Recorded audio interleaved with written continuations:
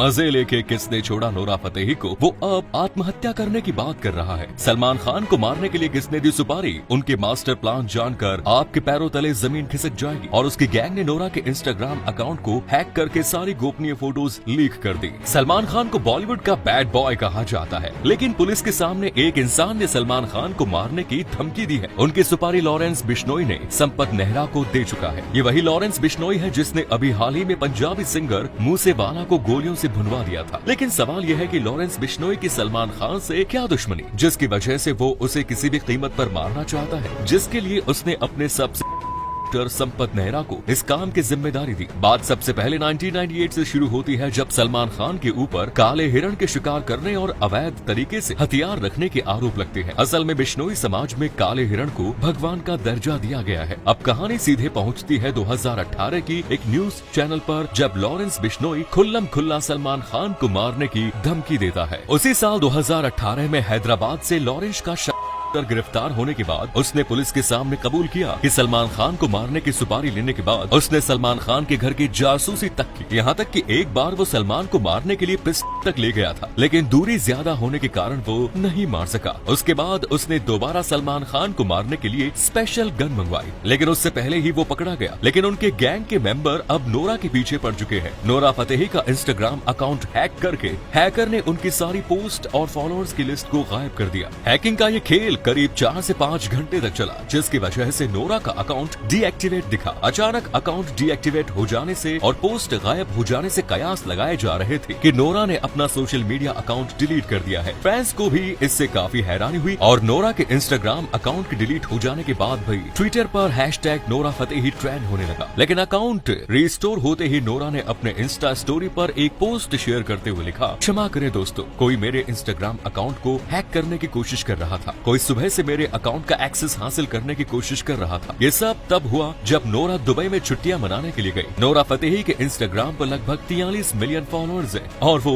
Thank God movie में एक item song करती हुई नजर आ जाएगी। शायद नोरा की तरक्की से जलन के कारण हैकर ने ये गंदा काम किया। इसी तरह का गंदा काम नोरा और अंगद बेदी के बीच भी देखा गया था। असल में नोरा फतेही का चक्कर नेहा धूपिया के पति अंगद बेदी के साथ चल रहा था और वो नोरा की अदाओं का दीवाना बन चुका था। लेकिन ये रिश्ता अचानक टूट गया। ऐसा कहा जाता है कि अंगद ने नेहा के लिए नोरा फतेही से ब्रेकअप कर लिया। नोरा फतेही ब्रेकअप के बाद डिप्रेशन में चली गई। दोनों को अक्सर साथ भी देखा जाता था, लेकिन उन्होंने कभी अपने रिश्ते को लेकर बात नहीं की। असल में इन दोनों की मुलाकात पहली बार युवराज सिंह और हेजल कीच की शादी के दौरान हुई। इसके बाद से दोनों के अफेयर की खबरें मीडिया में छाने लगी। लेकिन नोरा अंगद की अचानक शादी से हैरान हो गई और इससे भी हैरानी की बात यह है कि शादी से पहले ही नेहा प्रेग्नेंट थी, जिसके कारण अंगद और नेहा की शादी इतनी अचानक हुई। इसके अलावा नोरा फतेही को बिग बॉस सीजन 9 में प्रिंस नरूला के साथ संबंध बनाते हुए देखा गया। नोरा ने भी कहा था कि वो प्रिंस को बिग बॉस हाउस में लाइक करती थी। उन्होंने प्रिंस के साथ शारीरिक संबंध बनाने वाले विवाद पर भी कहा था कि हम शारीरिक संबंध नहीं बना रहे थे। इसके अलावा नोरा फतेही वीरेंद्र घुमान को भी डेट कर चुकी है। वीरेंद्र एक बॉडी बिल्डर है। ये दोनों कुछ वक्त तक ही एक दूसरे को डेट करने के बाद अलग हो गए। अभी नोरा फतेही और पंजाबी सिंगर गुरु रंधावा की तस्वीरों ने काफी हलचल मचाई, जिनमें वो गोवा के बीच पर साथ दिखाई दी। ये तस्वीर जैसे ही सामने आई तभी से अंदाजा लगाया जाने लगा कि दोनों के बीच अफेयर है।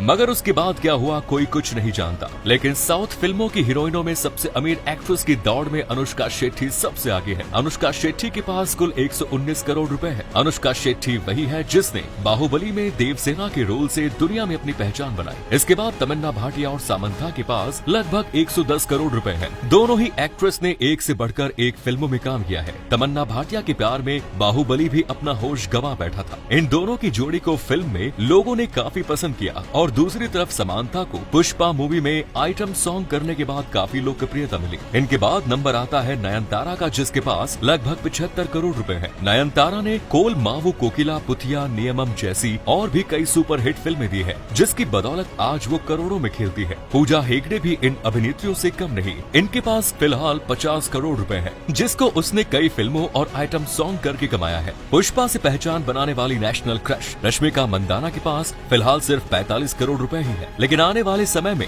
वो इन सभी अभिनेत्रियों को कांटे की टक्कर देने वाली है। रश्मिका इन सभी एक्ट्रेस से तेजी के साथ अपने बैंक अकाउंट को भर रही है। पुष्पा के हिट होने के बाद उन्होंने अपनी फीस में जबरदस्त बढ़ोतरी की है, लेकिन वहीं दूसरी ओर बाहुबली की देवसेना में घमंड की बढ़ोतरी हुई है। अनुष्का शेट्टी के सर पर कामयाबी घमंड के रूप में नाच रही है, जिसके बाद खबरें आ रही हैं कि अनुष्का शेट्टी अपने जूनियर आर्टिस्ट के साथ अच्छा व्यवहार नहीं कर रही है। वो अपने स्टाफ और लोगों पर कई बार चिल्लाते और उन्हें डांटते हुए नजर आई है। इतना ही नहीं, अब वो आने वाली फिल्मों के लिए अच्छी खासी मोटी रकम की डिमांड भी करती है। इसके बाद हालात ऐसे हो गए हैं कि अगर उन्हें उनकी मुंह मांगी कीमत नहीं मिलती है तो वो शूटिंग को बीच में ही छोड़कर चली जाती है, जिससे फिल्म के प्रोड्यूसर को भारी भरकम नुकसान उठाना पड़ता है। इन्होंने अपना डेब्यू तेलुगु फिल्म सुपर से किया, लेकिन अब अपने गंदे व्यवहार और फिजूल की बयानबाजी के कारण बॉलीवुड फिल्में लगातार फ्लॉप हो रही हैं। करीना कपूर खान का वो बयान तो आपको याद ही होगा, जिसमें उन्होंने कहा था कि वो जबरदस्ती किसी को फिल्म देखने के लिए नहीं कह रही।